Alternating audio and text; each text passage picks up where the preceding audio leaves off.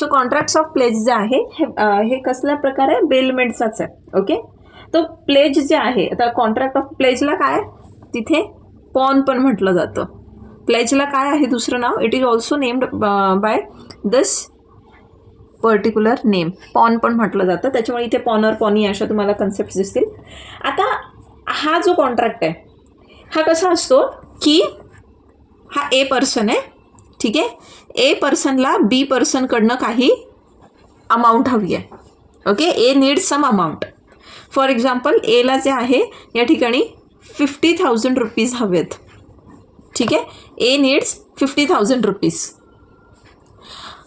आता ए कोणाकडनं मागतो हे पैसे, बीकडे मागतो. ठीक आहे, बी त्याला म्हणतो मी तुला 50,000 रुपीज देतो, पण you need to give me some security against this 50,000 rupees. मी असंच तुला 50,000 नाही देऊ शकत, तुला काहीतरी माझ्याकडे सिक्युरिटी जी आहे ती ठेवावी लागेल.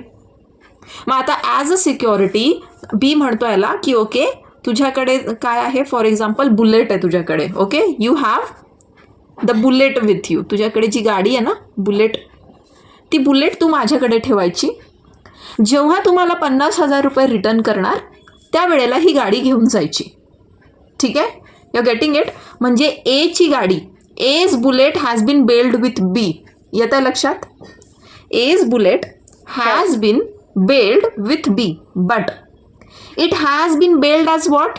It has been bailed as a security. Security for what? Security against a debt. म्हणजे याने काहीतरी कर्ज घेतलेलं आहे, याने काहीतरी लोन घेतलं आहे, याने काहीतरी उधार घेतलेलं आहे ह्या पर्सनकडून, आणि हे जे काही त्याने डेट घेतलेलं आहे त्या डेटला सिक्युरिटी म्हणून त्याने त्याचे गुड्स जे आहे याच्याकडे बेल केले.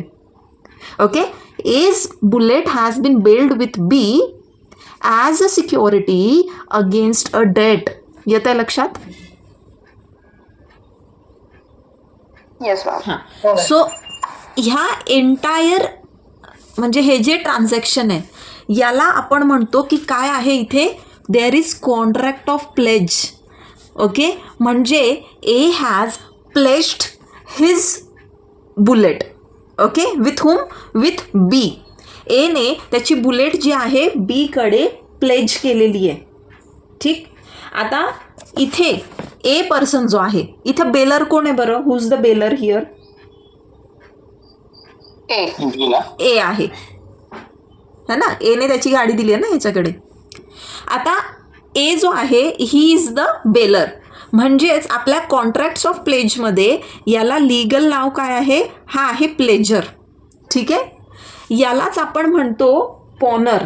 तो मोस्टली पॉनर हा जो वर्ड आहे हा यूज केला जातो. See, pawnor, this is to pawn, pledge is to pawn. आणि जो कोणी त्या ठिकाणी त्याचे गुड्स जे आहे दुसऱ्या व्यक्तीकडे ठेवतोय तो काही काळासाठी, तो झाला पॉनर. मग इथं बेली कोण आहे बरं? Who's the bailee? Who's the bailee? B आहे बेली, राईट.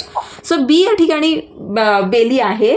त्याच्यामुळे याला म्हटलं काय जातं, कारण कॉन्ट्रॅक्ट ऑफ प्लेज आहे ना तो याला म्हटलं जाईल प्लेजी, किंवा याला म्हटलं जातं पॉनी.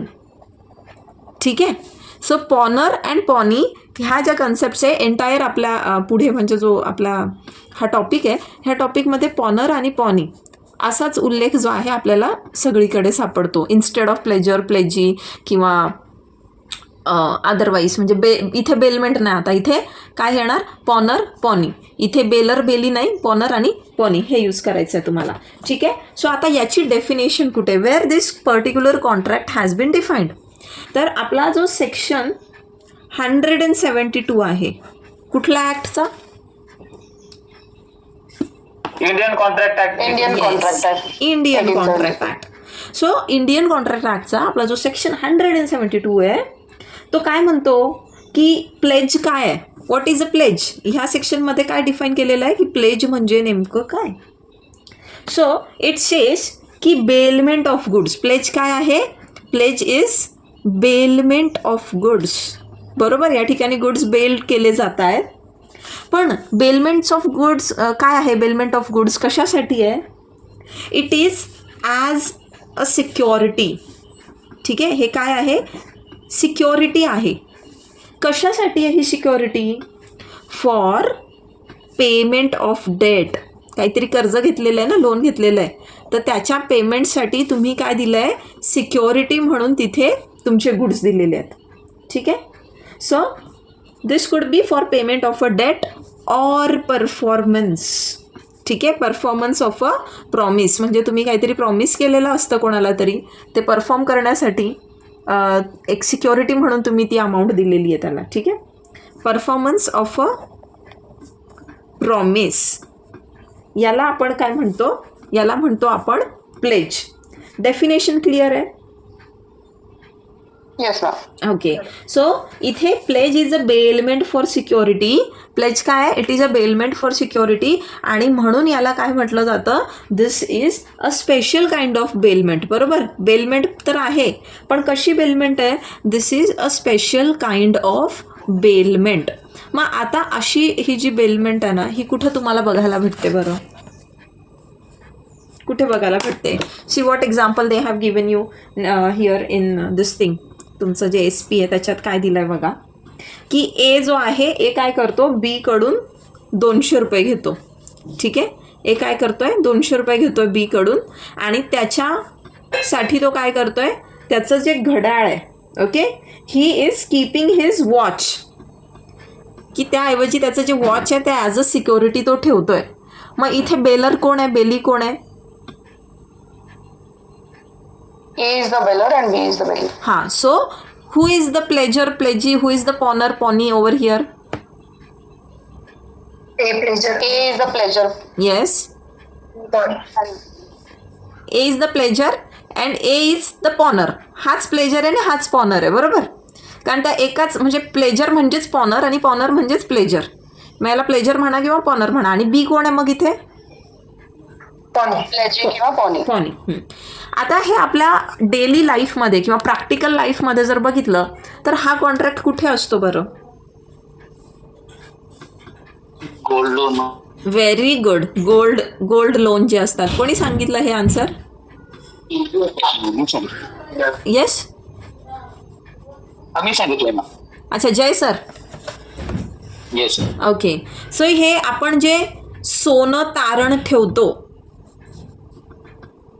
है ना, सोनं तारण ठेवतो, म्हणजे जे गोल्ड लोन घेतलं जातं.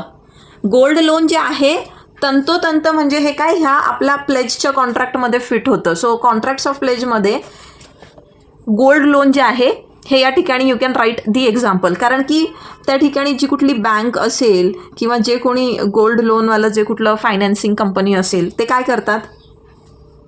त्या तुमच्याकडनं काय घेणार? म्हणजे हा ए पर्सन आहे. ए पर्सन इथे जातो ह्या बँकमध्ये, मुथ्थूट फायनान्समध्ये गेला समजा तुम्ही. ठीक आहे. If you are going to Muthoot finance किंवा मणिपुरम गोल्ड लोन वगैरे पण आहे, मुथ्थूट फायनान्समध्ये गेलात तुम्ही, मग ते काय घेणार तुमच्याकडनं? They will take your gold, है ना. दे विल सी इसका वेट कितना है, इसका वैल्यू कितना है, what is the value of this particular thing, आणि त्याच्या अगेन्स्ट मग तुम्हाला लाईक 70% पर्यंत अमाऊंट दिली जाते. If your gold it is of 10,000 rupees, तुमच्या गोल्डची व्हॅल्यू 10,000 आहे, तर तुम्हाला साधारण 7,000 रुपये जे आहे काय मिळणार तिथे? You will get the loan. Okay. And when you will return back this loan, now not just the loan plus interest, right. जेव्हा तुम्ही लोन म्हणजे जे डेट आहे, डेट प्लस इंटरेस्ट रिटर्न करणार, तेव्हाच तुम्हाला तुमचं गोल्ड जे आहे परत भेटणार. सो इथे जे आपला मुथ्थूट फायनान्स आहे, मुथ्थूट फायनान्स कुठल्या रोलमध्ये येतो मग इकडे? पॉनी किंवा pawnee bailee. Yes, he is the pawnee. आणि हा ए पर्सन इथे कोण आहे? He is the pawnor. ठीक आहे.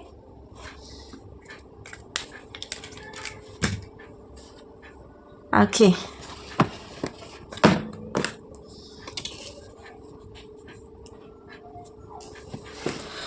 मग आता आपल्याला हे जे कॉन्ट्रॅक्ट ऑफ प्लेज आहे आपला, आता याच्याशी रिलेटेड जेवढे काही प्रोव्हिजन्स आहे हे आपल्याला कुठे सापडतात?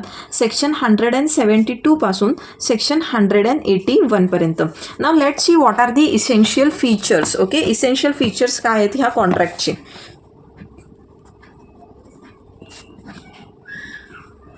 तर सगळ्यात पहिले इथे काय असलं पाहिजे, there must be a valid contract. बरोबर, सगळ्यात आधी काय असलं पाहिजे, एक व्हॅलिड कॉन्ट्रॅक्ट असला पाहिजे. मग व्हॅलिड कॉन्ट्रॅक्ट म्हणजे काय, व्हॅलिड कॉन्ट्रॅक्ट म्हणजे काय, फॉलो करणं केले पाहिजे त्यांनी सगळे इसेन्शियल कॉन्ट्रॅक्टचे. येस, म्हणजे कॉन्ट्रॅक्टचे जेवढे काही इसेन्शियल्स आहे ते फॉलो केले गेले पाहिजे. म्हणजे काय, पार्टी कशी असली पाहिजे, free consent. Okay, so there has to be free consent. Then parties कशा असल्या पाहिजे, मेजर असले पाहिजे. अजून sound mind, yes, okay, lawful object and two parties असल्या पाहिजे, two parties. Yes, there has to be two parties, so on. म्हणजे एक व्हॅलिड कॉन्ट्रॅक्टसाठी की तिथे फोर्स नको, no force, no fraud, no coercion वगैरे, हे असल्या गोष्टी नको तिथे. ठीक आहे. सपोज की आता जर आपण मुथूटचंच एक उदाहरण जे घेत होतो तेच बघूयात आपण, की सपोज इथे ए नावाचा चाइल्ड आहे, A is just of let's say 14 years. Okay, A person काय करतो आता, हा ए जो चाइल्ड आहे, what he does, he takes his mother's ornaments and he goes to this Muthoot Finance. ठीक आहे, मुथूट गोल्ड लोन जे आहे यांच्याकडे जातो, मुथूटवाल्यांकडे. हा 14 वर्षाचा मुलगा जर त्याच्या आईचे दागिने घेऊन गेला तर त्या ठिकाणी खरं तर मुथूट फायनान्सने हे एक्सेप्ट केले पाहिजे का 14 वर्षाच्या मुलाकडनं. आणि जर ते केले, पहिली गोष्ट तर फर्स्ट ऑफ ऑल प्रायमा फेसी त्यांनी करायला नाही पाहिजे. ठीक आहे. पण मग समजा ते केले गेले तर मग हा मूल जो आहे, ठीक आहे, हा 14 वर्षाचं हे जे मूल आहे, हे मूल त्या बँकेला इंटरेस्ट रेट वगैरे हे द्यायला, म्हणजे is he bound to give all that interest rate and all the money and all, he is not bound. तुम्हाला माहिती आहे ना, contract with a minor is a no contract. Yes, Mohori Bibee, yes. So इथे ह्या बँकचा फॉल्ट असेल, bank claim नाही करू शकणार. याने पैसे जरी खर्च केलेले असतील ना तरी सुद्धा बँक याला हे नाही करू शकत, लायबल नाही करू शकत तो कॉन्ट्रॅक्ट एन्फोर्स करण्यासाठी. ठीक आहे. सो मायनर पर्सन नसावा, मेजर असावा. म्हणजे काय, इसेन्शियल फीचर्समध्ये सगळ्यात पहिले काय येतो की कॉन्ट्रॅक्ट व्हॅलिड असला पाहिजे. Now next essential feature is delivery of possession. Delivery of possession म्हणतोय आपण. ठीक आहे, ओनरशिप नाही. आता गोल्डचंच, अगेन विल टेक गोल्ड काही एक्झाम्पल. जेव्हा this X person gives his ornaments to this Manappuram या फिर मुथूट के पास ये दे रहा है, तो इसका जो भी ज्वेलरी है, जो भी गोल्ड ऑर्नामेंट्स है, ठीक है, अब ये गोल्ड ऑर्नामेंट्स का क्या जा रहा है, सिर्फ पोजेशन जा रहा है इनके पास. राईट. म्हणजे हे काही काळ जोपर्यंत हा लोन जे आहे पेबॅक करत नाही ते काही काळ यांच्या लॉकरमध्ये, तिथे यांच्या कस्टडीमध्ये ते गोल्ड सेफ असणार आहे. फक्त पोझेशन जात आहे. हां, डिलिव्हरी ऑफ पोझेशन चाहिए. और ये म्हणजे असं नाही की तुम्ही फक्त म्हटले आणि झालं. काय आहे, पोझेशन ऑफ गुड्स जे आहे कुठून कोणाकडे गेलं पाहिजे, पोझेशन कोणाकडनं गेलं, exactly. So the goods must B delivered. Okay, goods must be delivered from whom, from the pawner to the pawny. ठीक आहे, पॉनरकडून पॉनीला गुड्स जे आहे ते डिलिव्हर झालेले असले पाहिजे, केलेले असले पाहिजे. असं नाही फक्त नेमसेक तुम्ही म्हटला, कॉन्ट्रॅक्ट केला आणि तिथे काही ॲक्च्युअलमध्ये ताबा दिलाच नाही आहे. आणि फक्त ताबा जातो, टायटल जात नाही. म्हणजे ओनरशिप जी आहे, ओनरशिप जात नाही.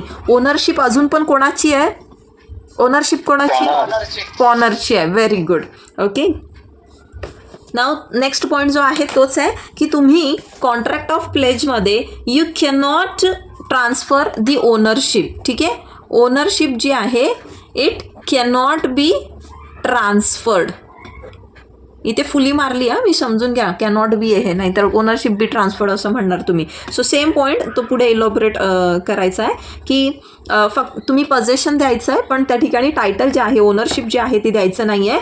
अँड इथे जो पॉनी आहे, पॉनी जो असतो, पॉनीकडे त्यामुळे कारण ओनरशिप जात नाही म्हणून पॉनीकडे त्या गुड्समध्ये लिमिटेड इंटरेस्ट आहे. लक्षात घ्या, देअर इज लिमिटेड इंटरेस्ट. त्याला ॲब्सोल्यूट इंटरेस्ट भेटतो का त्या गुड्समध्ये? आता हा इंटरेस्ट म्हणजे व्याज नाही आहे, this interest means it is somewhere your right upon those goods. येते का लक्षात? Yes ma'am. हां, Yes, ma'am. सो पॉनीकडे लिमिटेड इंटरेस्ट असतो. There is no absolute interest. ठीक आहे, अनलिमिटेड इंटरेस्ट, ॲब्सोल्यूट इंटरेस्ट नसतो, कारण की मालकी हक्क नाही आहे. तो जो म्हणजे मुथूटवाले जे आहे, तुम्हाला न सांगता तुमचं सोनं विकू शकतात का? त्याच्यात स्वतःहूनच काही चेंजेस करू शकतात का? नाही, No. है ना? येस. अच्छा, पुष्पक थम्सअप थ्रूच बोलतोय का? Okay, so they are not entitled. हां, पण त्यांना ते कधी भेटतो, अधिकार कधी भेटतो, की when the time period has been gone. की तुम्हाला जसं सांगितलं जातं की when you go to such institutions which provide you with the loan or the gold loan, they tell you की see you are having this 12 months का period, आणि ह्या 12 महिन्यामध्ये तुम्हाला हे 7,000 किंवा 10,000 जे काही आम्ही तुम्हाला लोन दिलं आहे हे काय करायचं आहे, परत करायचं आहे. And if you fail to do that after 12 months you won't have, मतलब we can put your jewellery, we can put your things on option. की जर तुम्ही इंटरेस्ट नाही पे केलं, if you are paying the interest फिर कोई बात नाही, बट इफ यू म्हणजे कंटिन्युअसली, आता किती पिरियड आहे मला ते नीट नाही सांगता येणार हां नेमकं किती आहे, बट मी जस्ट एक एक्झाम्पल घेतला, 3 महिने 4 महिने 6 महिने जे काय असेल ते, की तुम्ही ॲटलिस्ट इंटरेस्ट तरी भरा, आणि नाही भरलं तर मग तुमचे गुड्स आम्ही काय करू, वी विल ऑक्शन इट. हा पुढे अधिकार असतो. पण otherwise if there is no default made by the pawnor then they are having only limited interest. Then next essential काय आहे, what is next essential feature, की the goods which are bailed, they are bailed as what, they are bailed as a security against a debt. बरोबर, ते जे bailment झालेलं आहे ते कशाकरता झालेलं आहे, कर्जासाठी. Yes. So whatever outstanding amount is there, है ना, वॉट एवर आउटस्टैंडिंग डेट है, ये डेट किसका, outstanding date of hmm, of पॉनर, तो उसके अगेंस्ट जो है एज अ सिक्योरिटी वो पॉनी को कुछ दे रहा है. क्योंकि ऐसे तो मार्केट में कोई हमें पैसा नहीं देगा ना. Even bank does the same thing. बघा, बँक काय करते, बँक आपल्याकडनं काय काय घेते.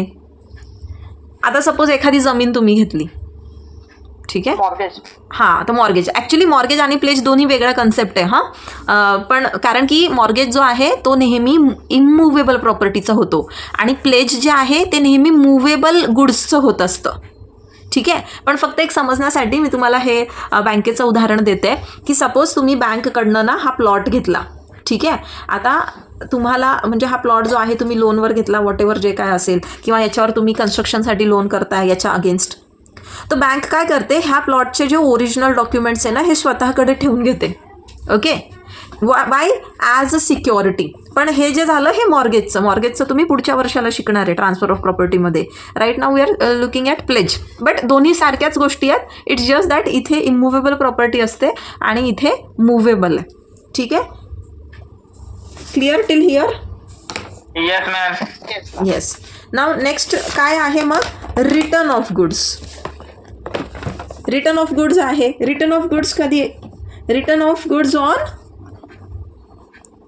कधी, ये return of goods on repayment, म्हणजे पैसे तुम्ही परत केले की तुम्हाला तुमचे गुड्स जे आहे रिटर्न त्या ठिकाणी मिळतात.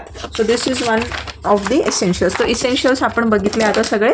We have done with the essentials. Now let us understand the duties. ठीक आहे, ड्युटीज काय असणार आहे पॉनरची. एक minute.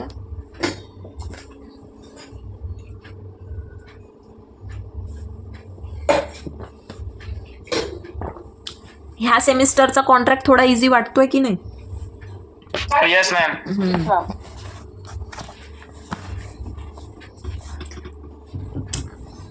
Okay, now let us see the duties of the pawnor. पॉनरच्या ड्युटीज बघू. आता सगळ्यात पहिली ड्युटी काय आहे याची, की टू कंपन्सेट एक्सपेन्सेस. काय आहे, टू कंपन्सेट एक्सपेन्सेस. कुठले एक्सपेन्सेस, कोणाला आलेले एक्सपेन्सेस. आता हे सगळे तेच आहेत बरं का, जे बेलमेंटमध्ये होतं ना तेच आहे. सो जास्ती इथे मी काही एक्सप्लेनेशन देणार नाही, कारण आपण ऑलरेडी बेलमेंटच्या कॉन्ट्रॅक्टमध्ये बघितलेलं आहे तेच सगळे. मग आता पॉनरची रेस्पॉन्सिबिलिटी आहे. ठीक आहे, पॉनरने काय करायचं आहे, पॉनीला जे काही एक्सपेन्सेस येतात कशा करता, कशा करता? डॉक्युमेंटेशन. नाही, डॉक्युमेंटेशन वगैरे नाही म्हणत आहे मी. जे गुड्स आहे, पॉनी काय करणार आहे? गुड्स त्या ठिकाणी ठेवणार ना पॉनरचे. मग हे गुड्स Yes, जे ma'am. आहे, गुड्स त्या ठिकाणी वेल बिईंगमध्ये ठेवण्यासाठी, वेल बिईंग म्हणजे सुव्यवस्थित ठेवण्यासाठी त्याला जो पण काही खर्च येणार आहे पॉनीला, तर तो खर्च कोणी उचलायचा असतो? पॉनरने. Now next is to repay the entire amount due along with interest. बरोबर, ही पण त्याची ड्युटी आहे ना. काय आहे याची ड्युटी? रिपे करणं है ना, repayment. Along with what? Along with what? Interest. इथे नेहमी इंटरेस्ट असतो बरं का. म्हणजे most of the time interest याच्यात येतो, कारण असंच काही कोणी कोणाला पैसे देत नाही, त्याच्यावर इंटरेस्ट चार्ज केलेला असतो. सो इथे प्रिन्सिपल अमाऊंट तर द्यायचीच आहे. प्रिन्सिपल अमाऊंट जी ॲक्च्युअलमध्ये लोन घेतलं होतं. So principal amount plus the interest. Okay, जेवढा पण त्याच्यावरती इन्कर झालेला आहे, whatever interest has been accrued during the course of contract. त्या कॉन्ट्रॅक्टच्या दरम्यान जेवढं पण काही इंटरेस्ट त्याच्यावरती लागलं आहे ते देणं. Now next is to disclose the faults. जे आपण बेलमेंटमध्ये बघितलं तसेच आहे ऑलमोस्ट सगळे याचे प्रोव्हिजन्स, एखाद दुसरं सोडलं तर, की जे काही फॉल्ट्स असतील त्या गुड्समध्ये, ते गुड्समधले फॉल्ट्स काय करायचे? डिस्क्लोज करायचे. आणि जर त्याने नाही केले तर, जर पॉनीला त्या ठिकाणी लॉस झाला कसला, ठीक आहे, पॉनीला लॉस झाला कशामुळे? कारण त्या गुड्समध्ये काही फॉल्ट होता आणि तो फॉल्ट जो आहे तो डिस्क्लोज नव्हता केला.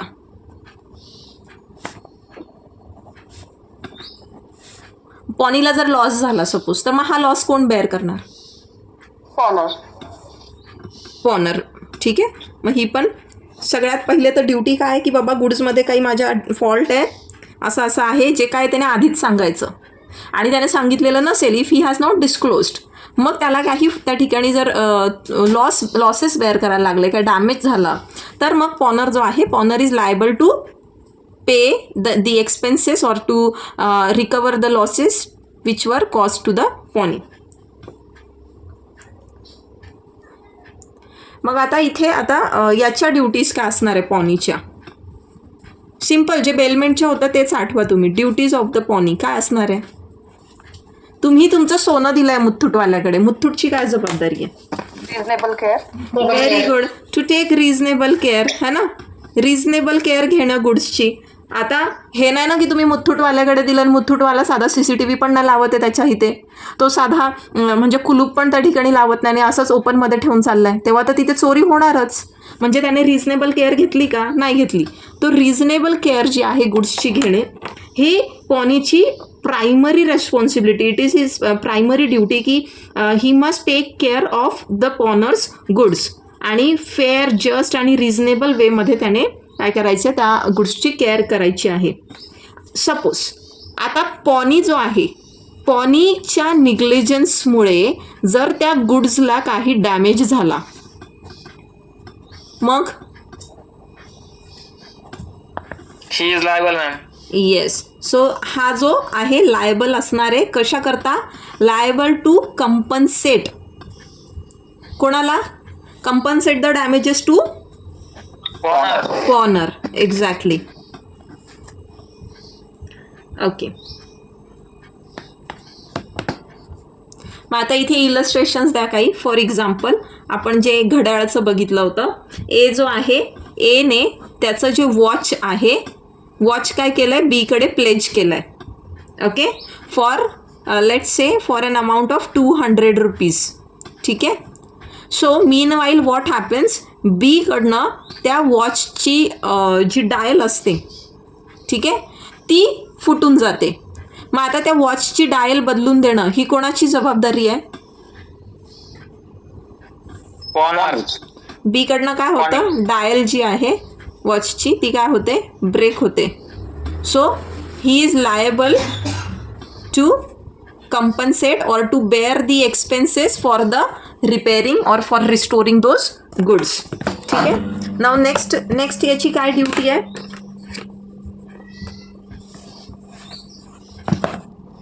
बेलमेंट आठवा. Bailment If you terminate, she has to give it back. Yes, Premature termination. Premature termination नाही. इथे प्रीमॅच्युअर टर्मिनेशन कुठे येतं सर? जे ग्रॅटिट्युअस बेलमेंट आहे तिथे येतं ना. ग्रॅटिट्युअस म्हणजे तुम्हाला काही भेटत नाही आहे, तुम्ही फक्त एका पार्टीच्या बेनिफिटसाठी करता. इथे बँकला इंटरेस्ट मिळत असतं ना, हे ग्रॅटिट्युअस नाही आहे. इथे दोन्ही बाजूला कन्सिडरेशन आहे. येत आहे सर जय सर लक्षात? हा, आपण एखाद्याने जर अमाऊंट दिली 6 मंथच्या अगोदर, 1 वर्षाचा आहे पण 6 मंथला दिली, then the pawnee has to give it back. What? तुमचा आवाज आहे ना नाही व्यवस्थित येते, थोडंसं माईकपासून दूर होऊन बोला तर. हा मॅडम, 1 वर्षाचं जर कॉन्ट्रॅक्ट आहे हां आणि 6 महिन्यातच ते कम्प्लीट केलं हां. पॉनरने, तर पॉनीला काही पॉनी हॅज टू. नाही, त्याला तुम्ही प्री टर्मिनेशन नाही म्हणत ना. सी प्री मॅच्युअर टर्मिनेशन काय आहे की ऑब्जेक्ट फुलफिलच झाला नाही आहे. प्री मॅच्युअर टर्मिनेशन कसं काय म्हणणार? हा, okay okay. Pre mature means your object. हे बघा, ए व्यक्ती बी कडनं काय घेतो, त्याची सायकल घेतोय 3 महिन्यासाठी, कारण 3 महिन्यासाठी याला लागणार आहे, याचं काहीतरी काम आहे, याला न्यूजपेपर डिलिव्हर करायचे, ठीक आहे. आणि ए पर्सन काय करतो, 1 महिन्यातच ती सायकल परत घेतो, पण ह्या बीला तर ॲक्च्युअलमध्ये ती 3 महिन्यांसाठी लागत होती. आता तुम्ही जे म्हणताय की एने लोन घेतलं आहे ह्या बी फायनान्सकडून, ठीक आहे. आता इथे असं याचं जे आहे, आता याने लोन घेतलं सपोज काय बिझनेससाठी, ठीक आहे, आणि याने बिझनेसमध्ये ते पैसे लावले, याचे पैसे रिकवर झाले, याने जे आहे, आता इथे असं हार्ड अँड फास्ट रूल नाही आहे ना गोल्ड लोनमध्ये की तुम्हाला इतक्या दिवसातच रिटर्न घ्यायचं आहे. त्यांचं फक्त असं आहे की तुम्ही इतक्या टाईम पिरियडमध्ये जर इंटरेस्ट नाही पे केलं तर मग यू कॅनॉट म्हणजे ते लोक ऑप्शनमध्ये काढू शकतात जर तुम्ही इंटरेस्ट नाही पे करत आहे तर. But if you are paying those interest on timely basis then nothing like that. आणि याचं पर्पज पूर्ण झालं, याच्याकडे पैसे आले, हा गेला ह्या इन्स्टिट्यूशनकडे, त्याने त्याचं जे आहे गुड्स ते रिटर्न घेतले, कॉन्ट्रॅक्ट पूर्ण झाला. तिथे प्रीमॅच्युअर टर्मिनेशन नाही झालं. हा, अंडरस्टूड मॅम. प्रीमॅच्युअर टर्मिनेशन कधी म्हणू शकला असतो की एचा अजून तेकडे पैसा पण आला नाही आणि बी याला म्हणतो की नाही तुझं सोनं घेऊन जा आणि मला माझे पैसे रिटर्न कर. पण असं तर होतच नाही है ना. असं म्हणजे तो that is not the way this entire thing go on. In fact yes, आपले जेव्हा क्लासेस सुरू झाले होते ना, म्हणजे करायचे होते, तो myself for the very first time in my entire life I had one gold ring and I took 9,000 rupees against that gold ring and I got the chairs for our classes. So I had been in this role once upon a time, exactly 1 year back. Yes? Okay, but good ma'am. That is a good start. You recovered that. Yes, I did. But हाँ, ये चीज़ें मतलब इस तरह के contract सच में काम आते हैं. These are really very helpful kind of contracts. So हालांकि within 3 months I took my ring back and all. But yes, starting जी आहे ती अशी कुठेतरी झाली होती आपली. Okay, so coming back now to use those goods for authorised use only, है ना. जो गुड्स वहाँ पर जे गुड्स त्या ठिकाणी गुड्सचं बेलमेंट केलेलं आहे, ज्या गुड्सला प्लेज केलेलं आहे, ते अनऑथोराइज्ड यूज जर त्याचा केला तर, म्हणजे सपोज ए पर्सन जातोय ह्या एम इन्स्टिट्यूशनकडे फॉर सम लोन. ए काय करतोय, त्याचे जे ज्वेलरी आहे, ऑर्नामेंट्स आहे, ते ऑर्नामेंट्स इथे प्लेज करतोय. ओके, त्याच्या अगेन्स्ट ए पर्सन 10,000 rupees घेतोय. आता हे एम इन्स्टिट्यूशन काय करतं आहे, ह्या ऑर्नामेंट्सला पुढे जे आहे, फॉर एक्झाम्पल कुठल्या तरी ज्वेलरीच्या फोटोशूटसाठी यूज केलं गेलं आहे, कुठल्या तरी ॲडव्हर्टिजमेंटसाठी यूज केलं आहे, किंवा यांच्या कोणी रिलेटिव्हनी ते घालून मिरवत आहेत कुठल्या तरी लग्न कार्यात वगैरे. Is that unauthorised use of this goods? Is it unauthorised use? Obviously not, है ना. ह्याने ह्या ए पर्सनने ते जो ऑर्नामेंट्स आहे याच्या कस्टडीमध्ये एक सिक्युरिटी म्हणून दिले, ना की त्याला वापरायला दिले. So they cannot use this ornaments for any other purpose, they just have to keep it as a security. So ही एक ड्युटी आहे कोणाची, पॉनीची. देन आणि हे करत असताना सपोज अनऑथोराइज्ड यूज जर त्यांनी केला, मग त्याला काय करायचं असेल, if there is unauthorised use जर केलेला असेल तर बाय हुम, बाय पॉनी. मग तो पॉनी काय करणार, Pawnee is liable to what? Compensation. He will, yes, he'll have to compensate the pawner. ठीक है. Now next is to return the goods. Very basic and very obvious thing है ना. Goods return करने हैं. When that person will come with the amount which was taken as a loan, you have to give him back his goods. You cannot withhold those goods. Okay so जो भी goods pledge किए हैं the amount against which the goods are placed if that amount is repaid then the goods must be return to the pawnor. ठीक आहे. आणि हे return कसं होतं याचे पण डिरेक्शन्स असतात. म्हणजे if you say about the gold loan तो जिस पर्सन ने उसको प्लेज किया था म्हणजे ज्या व्यक्तीने ह्या पर्सनने ए पर्सनने प्लेज केलं आहे. ठीक आहे. आणि एच्या ऐवजी जर बी पर्सन जातो त्या ठिकाणी घ्यायला ते बीकडे नाही देणार. Isn't it. They will also say की see we want the receipt at the time of return है ना.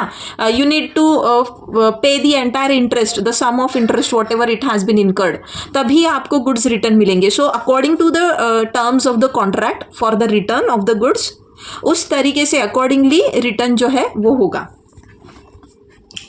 Now next is to return the profits arise from the goods. अभी अगर उस गुड्स से कुछ प्रॉफिट अराइज हुआ है ओके तो वो भी रिटर्न करना है. ते पण रिटर्न. अरे यार मला हे सेकंड इयरवाल्यांमुळे सवय झाली आहे थोडं हिंदीमध्ये मध्येच. तिथे ना आपल्याकडे नॉन महाराष्ट्रीयन स्टुडंट आहे आणि त्यामुळे तिथे हिंदीतनं बोलायला लागतं मध्ये मध्येच. तर ते ऑटोमॅटिकली तुमच्या बॅचला आता हिंदीच येते तोंडातनं.